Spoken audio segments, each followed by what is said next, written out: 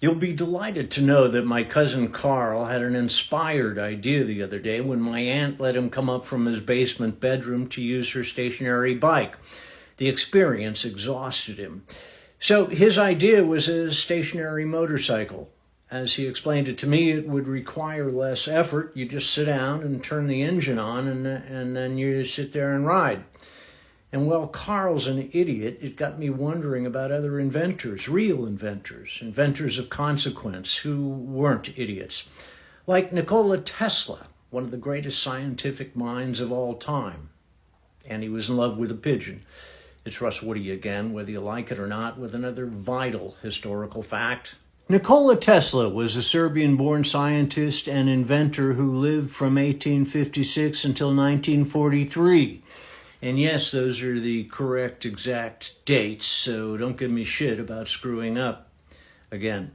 His greatest invention was the rotating magnetic field, which made possible AC current.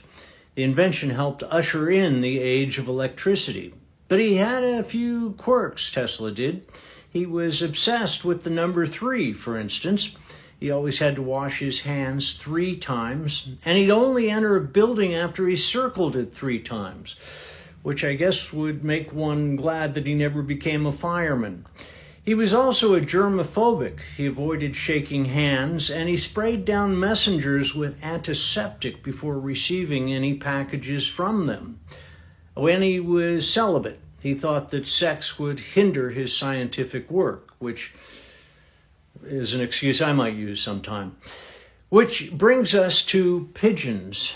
When he was living in New York, he'd spend hours each week feeding pigeons in the park and routinely taking home any that were injured so he could nurse them back to health. And though he never married any of the pigeons, he did fall in love with one in particular, a white pigeon. And that's not the real pigeon there. That's another white pigeon that looks like his white pigeon. Well, he said about this pigeon that I loved that pigeon as a man loves a woman, and she loved me. As long as I had her, there was a purpose to my life. Okay. And really, who are we to judge? I, for instance, love an electronic image of Jennifer Lawrence. But Tesla's love affair with the bird and his inventions came to a heartbreaking end in 1922. He said the pigeon flew into his room to tell him she was dying, and before she passed, he said a white light came from her eyes, brighter than anything he'd ever generated with his electrical machinery. Tesla was heartbroken at her death, and he told friends he felt his life's work was finished. So here's the conclusion I've come to. In some ways, Carl might be a little like Tesla, except he's still an idiot.